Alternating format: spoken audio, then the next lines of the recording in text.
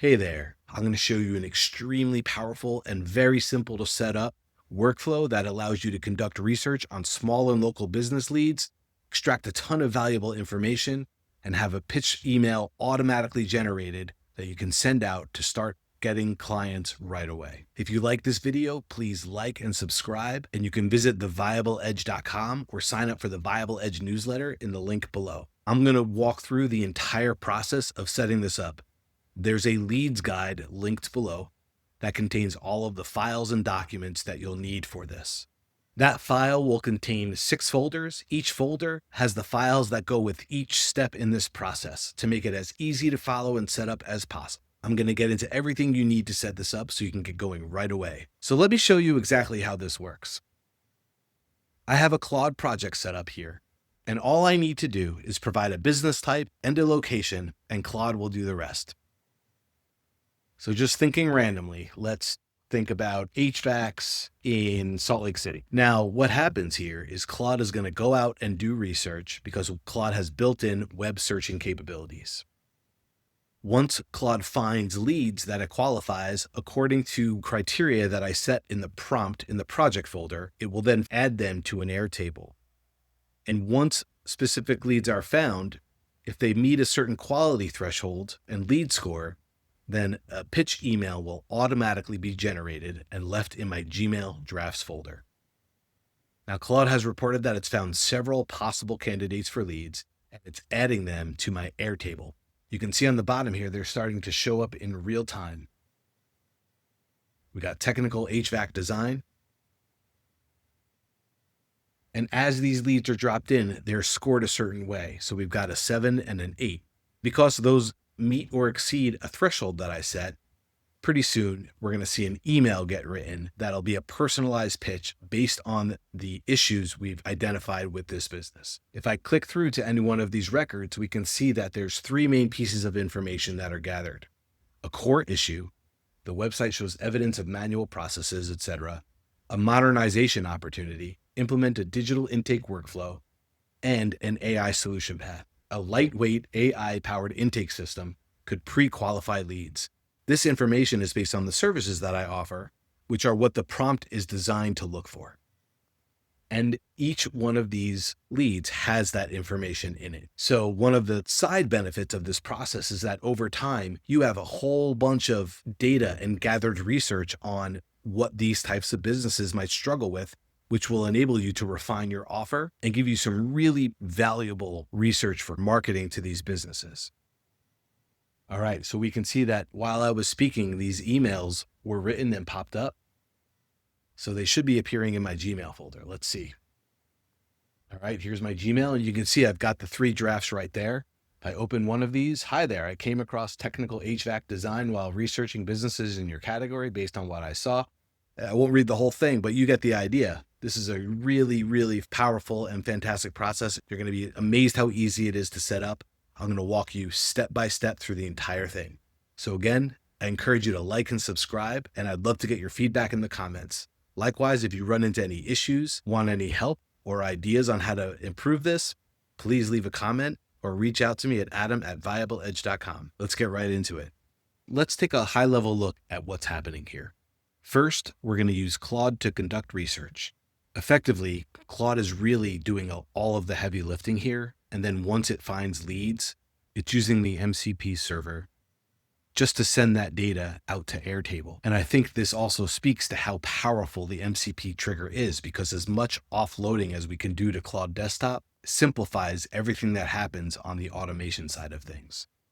So once Claude does that research, identifies leads, it's going to make a call via the MCP trigger to N8N. And through that call, it's going to pass data along, which N8N will then transfer to an additional workflow, and that workflow will record the data as record in Airtable. Then a third workflow is going to pull Airtable every minute. So that means it's going to literally scan Airtable every minute for new records. And if it sees a record with a lead score of 7 or higher, it's going to trigger an AI node to write an email and leave that email in my drafts folder, and also record the subject line and the message back to the record in Airtable. So that's it. There's 4 big steps here. And as I mentioned, the first step which is happening on Claude Desktop, is really doing all of the heavy lifting. And one of the reasons that I want to emphasize this is because this is where the creativity is unlocked. Anything that you could think to prompt Claude to do, where you might want to pull data off platform or run it through an N8N workflow, you can mimic this process essentially. So if there's one takeaway from this video, let it be that. Again, I'd like to remind you that there's a guide linked below that has all of the templates, prompts, and documentation that I'm going to walk through with each step. So I encourage you to download that first and then use that to follow along if you want to build with me in real time. Again, if you have any questions, please drop those in the comments and I'll do my best to answer them as soon as possible. So let's get right into it for real this time. All right, let's go over some assumptions and requirements. For this workflow, you should have a baseline understanding of N8N. How to open and manipulate and edit nodes is probably enough. You should be comfortable editing text files. This is used to edit the MCP server to communicate between Claude and N8N. If that sounds confusing, don't worry. I promise it'll be cleared up and it's easier than it sounds. Next, you should have a basic familiarity with spreadsheets. I'm using Airtable for this, but you can use Google Sheets if you want. Finally, you should have some level of understanding of how to get and use an API key for AI. The AI API is used 2 times in the workflow structure. There's one node to sort and structure data, and there's another node to write a pitch email. Other than that, Claude Desktop will be doing the heavy AI lifting. So aside from those basic assumptions, this process will use Claude Pro. So you'll need a paid Claude account. It does work with free, but you'll run through your credits very fast. So I definitely recommend Pro. You'll want an N8N account, which is also paid, but they have a free trial. There are ways to self-host N8N. I'm not going to get into that in the video, but if you want to research how to use N8N for free, you can do that, and there's plenty of resources out there. You'll need a Google Docs account, which is free, as well as Google Drive. Google Drive is what integrates with Claude and provides that visibility to Google Docs. So that's all within one Google account. You'll want an Airtable account. The free account is enough.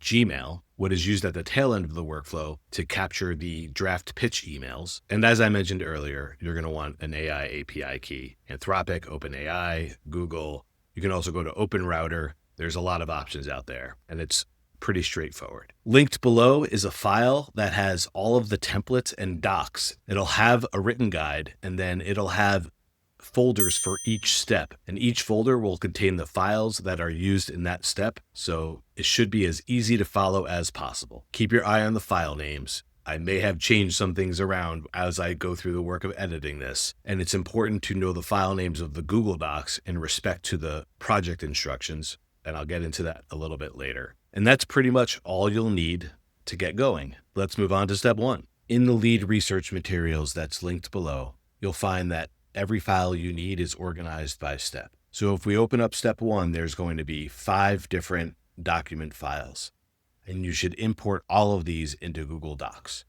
I have them all imported on the left side of the screen here, and I'll walk through each file. First, we have our Claude instructions. This is what the project is going to use as a general guide. We have our prompt. So the prompt will live as a doc in the project. That way you don't have to copy and paste it every time you want to use it.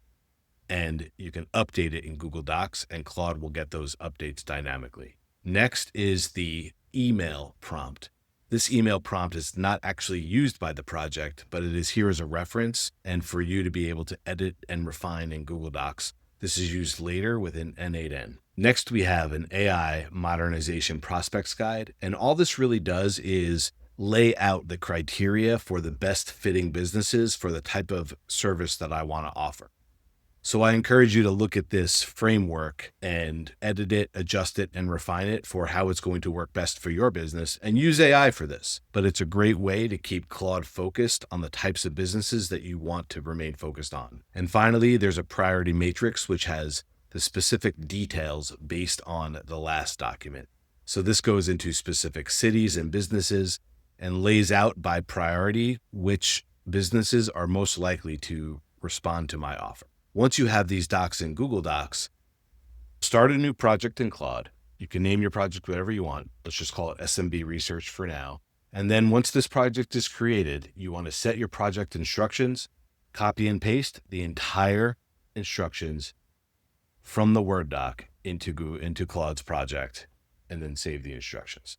We're going to come back and revisit this later. And one thing I want to highlight right now for your awareness is that there is a key materials section, and this key materials section references all of the other files, so Claude knows what to use and when. So it's important that if you change your file names, that those updates are reflected in the key materials section. The next step is adding your Google Docs into the Claude project. If you haven't already, make sure that you connect your Google Drive account with Claude. There's a simple integration procedure in the settings. And once that's connected, if you go to the project knowledge and add files, you should see the docs show up in the list. And if you can't find them, you can search for them using this bar. Simply add each file in, and they will take a minute to load in, and you'll see that your project context starts to fill up. Oh, I accidentally added the instructions. You don't have to add the instructions as a file. Now your project is set up, and that completes step 1.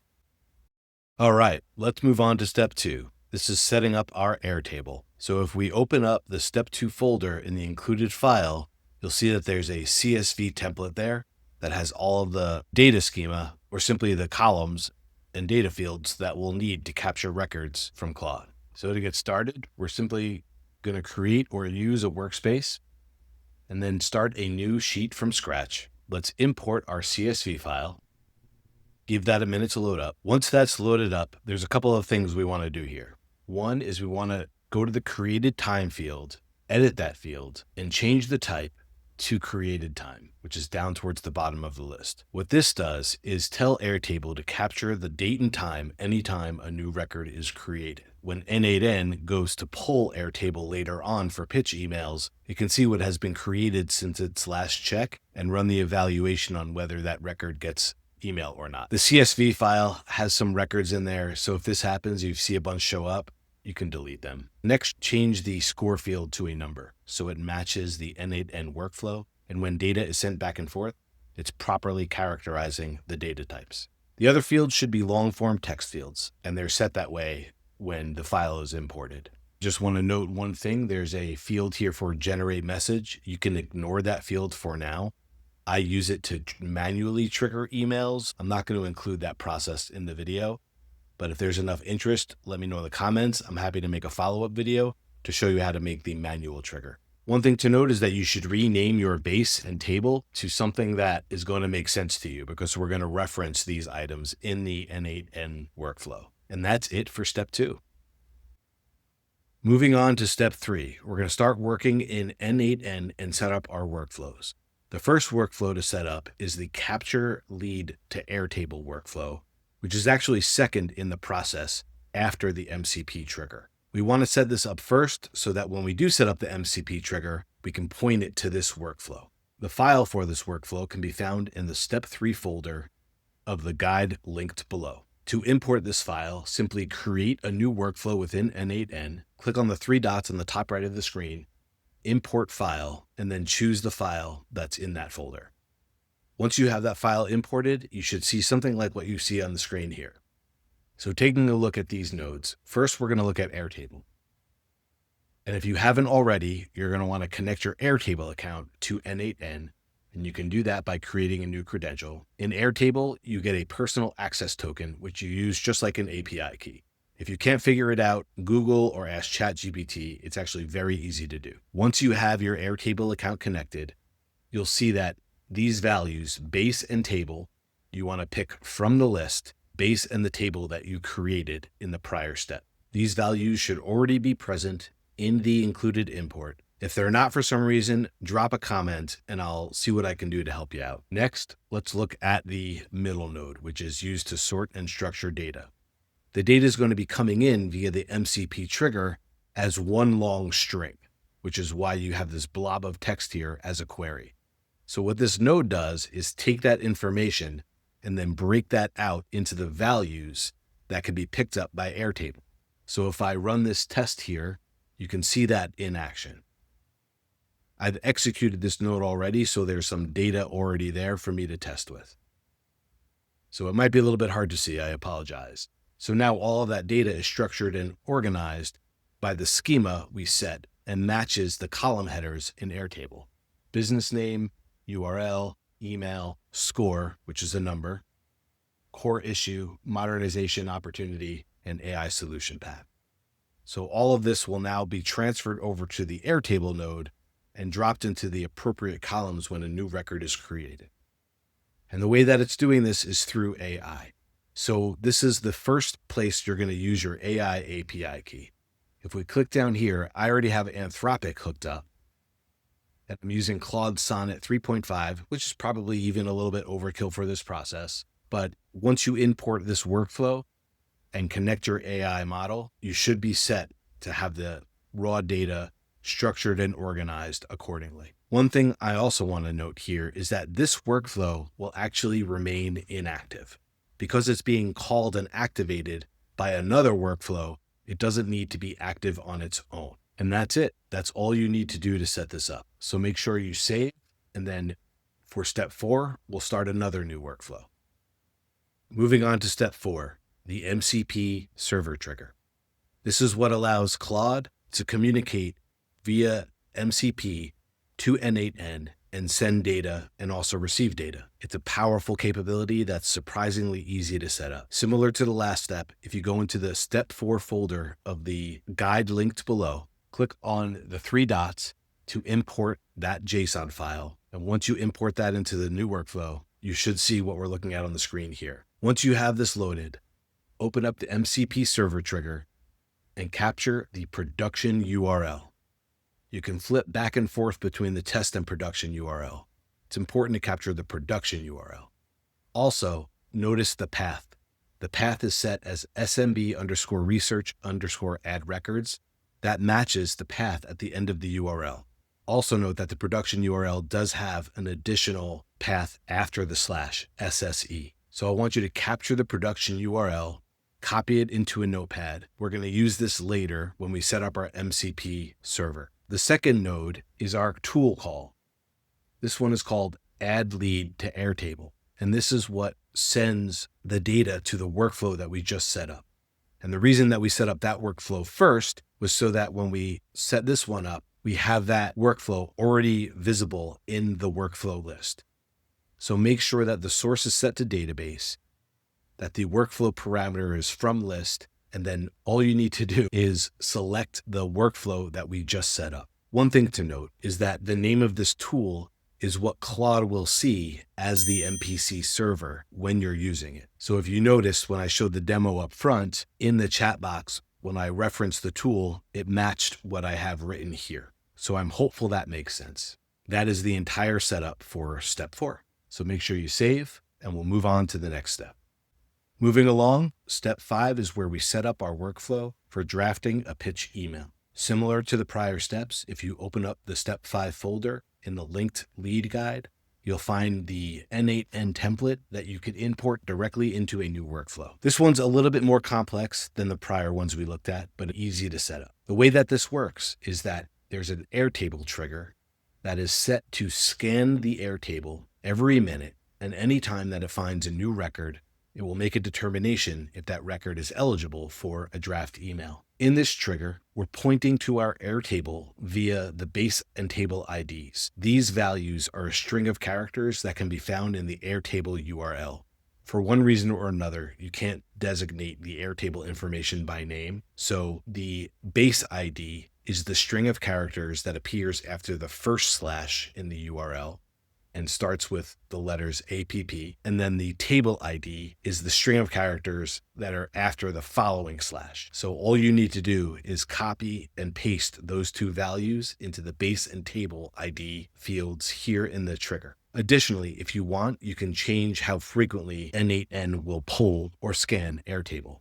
By default, in this workflow, I have it set for 1 minute. This is also why it was important to set up that created time column, because that's where this trigger is looking. Anytime it sees a new value in the created time column that it has not previously analyzed, it'll look at that record, determine if it needs an email, and then execute the workflow. All right. So once Airtable is triggered, the next node is this if node.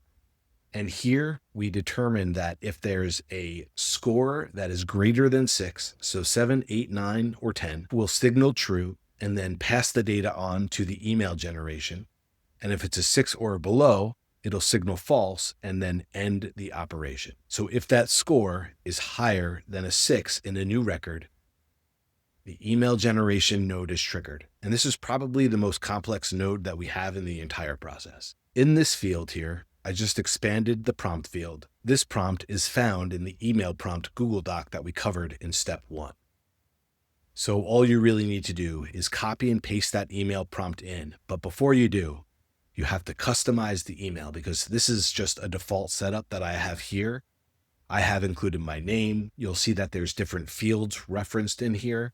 I encourage you to take a look and craft the email prompt that is going to be a great fit for you. Additionally, as I have used this and tested this process, this is where I find myself doing the most fine-tuning and refinement. So normally I'll do the work in the Google Doc and copy and paste the prompt into here when I'm ready to test it again. If that's confusing or if you need help with this step, please leave a comment and I'll do what I can to help out. Another thing to note is that the prompt instructs the AI to write the email in HTML. And the reason that I did this was because I like to include my signature in a certain way, and HTML allowed me to do that. So you can have the email written in text or HTML, and if you don't know how to write HTML, and I don't, just use a chat app to help you out. Similar to the prior step, we are hooked up to the Anthropic model for our LLM, and I'm using Claude 3.7 Sonnet here because I like its writing capabilities. But you can use any model you like. Additionally, there's a tool that structures the output into an email format for Gmail and then for Airtable to record the subject line and message back into the appropriate record just to have it as a reference. So similar to the prior step, you can set up the Airtable node at the end of the process to point to the Airtable. In this one, you can choose the name of the base and the table from the list, and then the other items should be set up via the import. For Gmail, you want to make sure that your Gmail account is connected through credentials. This uses Google's OAuth, so all you need to do is log into your Gmail. When you add a new credential, it'll prompt you to sign in with Gmail, and then you'll see that the subject and message values are dynamically calling what is the output from the prior email node. The resource is draft and the operation is create, and that's what tells this node to leave a draft in your Gmail draft folder. So I'm hopeful that this is clear. The instructions included in the guide will go more into some of the specific details. But if you understand how this workflow works, it should be very easy to set up. Make sure that this workflow is set to active. And if you're testing workflows prior in the process and you don't want to activate this because you are testing the research prompt, for example, deactivate it. Otherwise, you might just trigger a whole bunch of emails you'll never end up using. And that's it for this step. Moving along to step 6, we're going to set up the MCP server to allow Claude to communicate with N8N. MCP is simply a protocol that allows Claude to access and use a variety of databases and tools and platforms without the need for specialized API connections or endpoints. So the first step here is to have Claude open and go into your settings. There are 2 settings areas in Claude. One is the account settings, which is on the bottom left, and the other one is your developer or app settings on the top left on Mac. So from the top menu here, you can access them. And on Windows, I think it's on the hamburger menu, but it's not hard to find. What we're looking for are the developer settings. So once you open this setting window, you'll see there's a developer tab. Click on that developer tab, and then we're going to click on Edit Config. Once you click on Edit Config, a folder will open on your computer. And if you don't have one already, there will be a file called Claude Desktop Config.json. Open that file with any text editor. So once you open this up with the text editor, you may not see anything. I have some MCP servers already installed here, including the one we're looking at. This file might be blank. But what you need to do is open the folder for step 6 in the linked guide. We're going to open this with a text editor too. we're going to want to copy and paste the entirety of this code into the Claude desktop config JSON. Now, if you have JSON code in here already, it means you probably have an MCP server installed. So you've gone through this process and you should know how to add this. But if you don't, all you need to do is copy and paste the entirety of this code over. But there's one really important thing we need to do here.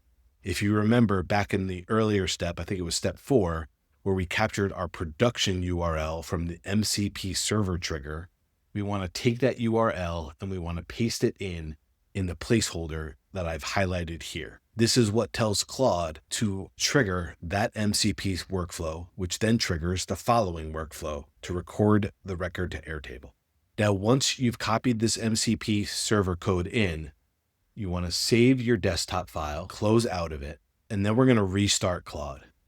Once Claude is restarted, in this Search and Tools button, you should now see N8N leads along with Add Lead to Airtable once you click through appear. And this indicates that the MCP server has successfully installed. If you're running into errors or the MCP code isn't working, use ChatGPT or Claude or any LLM to help you troubleshoot and problem solve the MCP server code.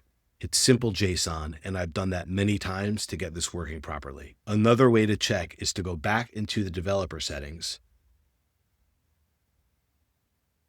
And you can see that there's a list of servers that are running. And if I click on N8N leads, it indicates that it is running and then has some information about how to execute this server when it's called. And that's it for this step.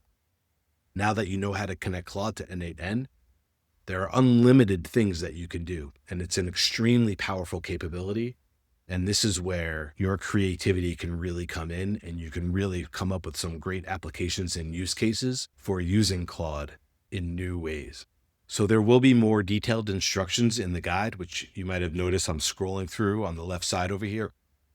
And if you have any trouble or you're running into issues, please drop a comment and I'll do whatever I can to help out.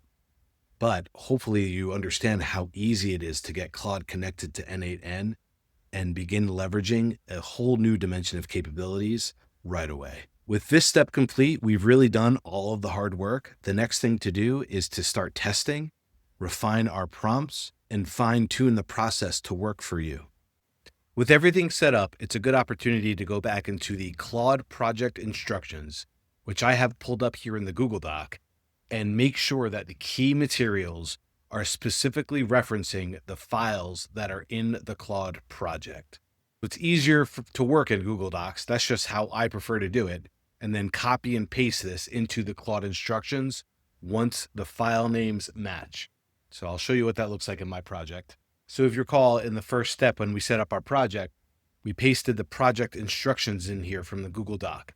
And if we scroll down to key materials, we have 1, 2, 3, 4 files: the lead research prompt, the email prompt, the priority matrix, and the prospecting guide. Each name here should be a clear reference to each of the 4 files that are set up in the project.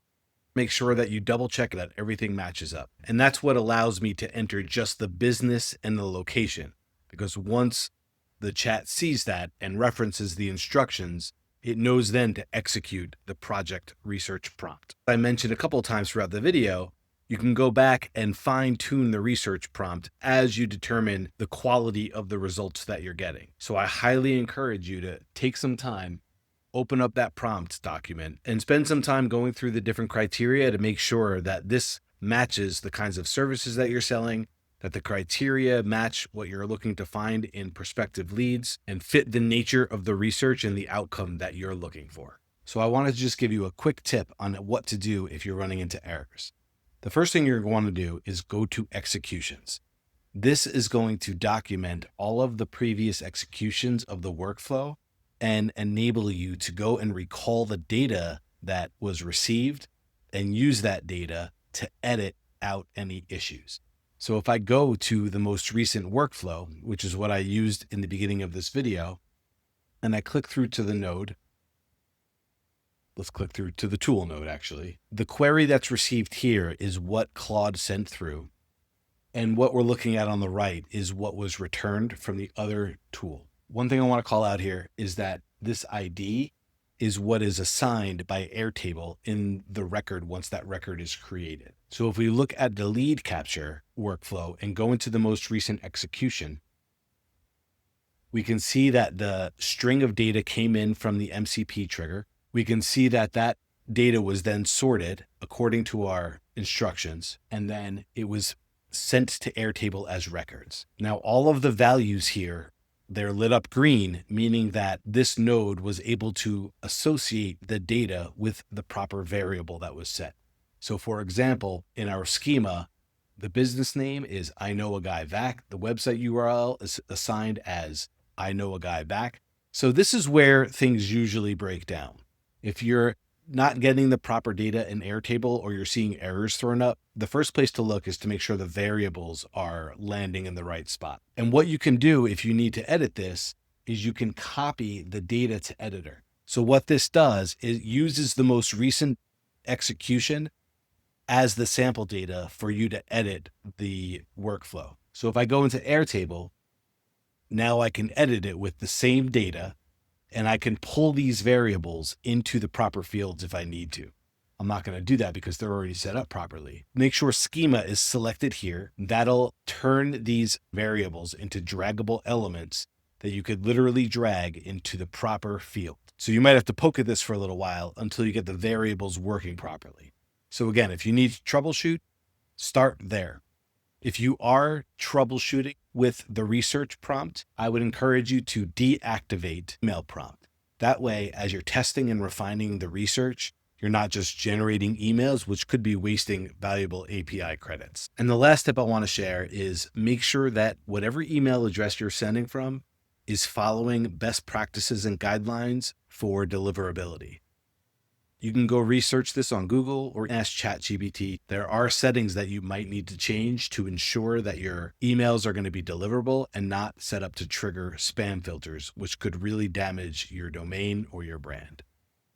Well, thank you so much. I really hope that you have as much fun as I did tinkering, experimenting, coming up with new and creative ways to leverage technology for vibe marketing. People like you and I can now do things that we couldn't do even 6 months ago.